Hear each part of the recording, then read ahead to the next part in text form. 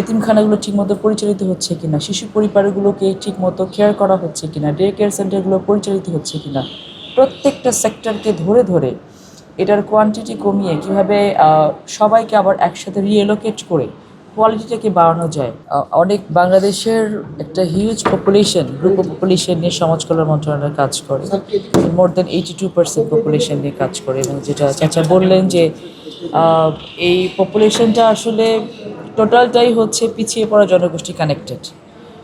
আমরা এখন যেটা ফিল করছি যে আমাদের প্রতিষ্ঠান আছে অসংখ্য, এই প্রতিষ্ঠানগুলোর একটু সমন্বয়ের অভাব আছে, কোঅর্ডিনেশনগুলোকে কীভাবে স্ট্রেংথেন করা যায়, আমরা কোয়ান্টিটিটা কমিয়ে কোয়ালিটিটাকে কীভাবে বেশি স্ট্রেংথেন করতে পারি সেই বিষয়ে আগামী 3 দিন ধরে আমাদের একটা ওয়ার্কশপের মতো পরিচালিত হবে বিভিন্ন সেক্টরে বিভিন্ন পর্যায়ের কর্মকর্তাদেরকে নিয়ে।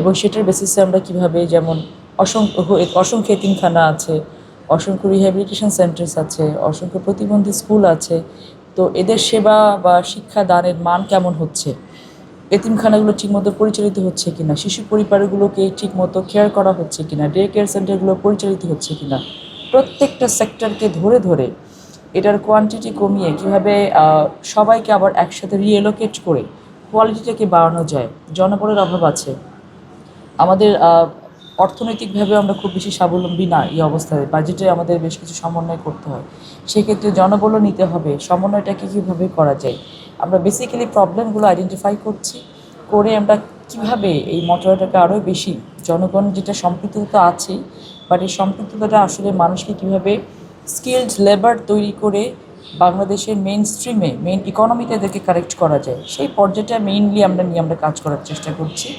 তো এখানে বসে আমাদের কর্মকর্তাদের সাথে কথা বলে যেটা মনে হয়েছে, তারা প্রত্যেকেই সেটাই চাচ্ছে, যেটা আমরাও চাচ্ছি, বর্তমান সরকারকে সহযোগিতা করতে চাচ্ছি।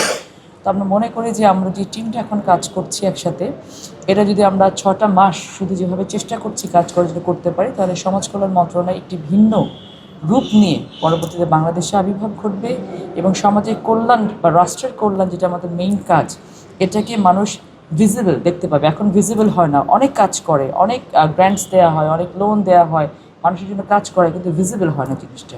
সো 6 মাস পরে দেখা যাবে যে ভিজিবলি সমাজ কল্যাণ মন্ত্রণালয় কতটা ভালো কাজ করতে পেরেছে, এটা মানুষের কাছে পৌঁছে যাবে আশা করছি ইনশাআল্লাহ।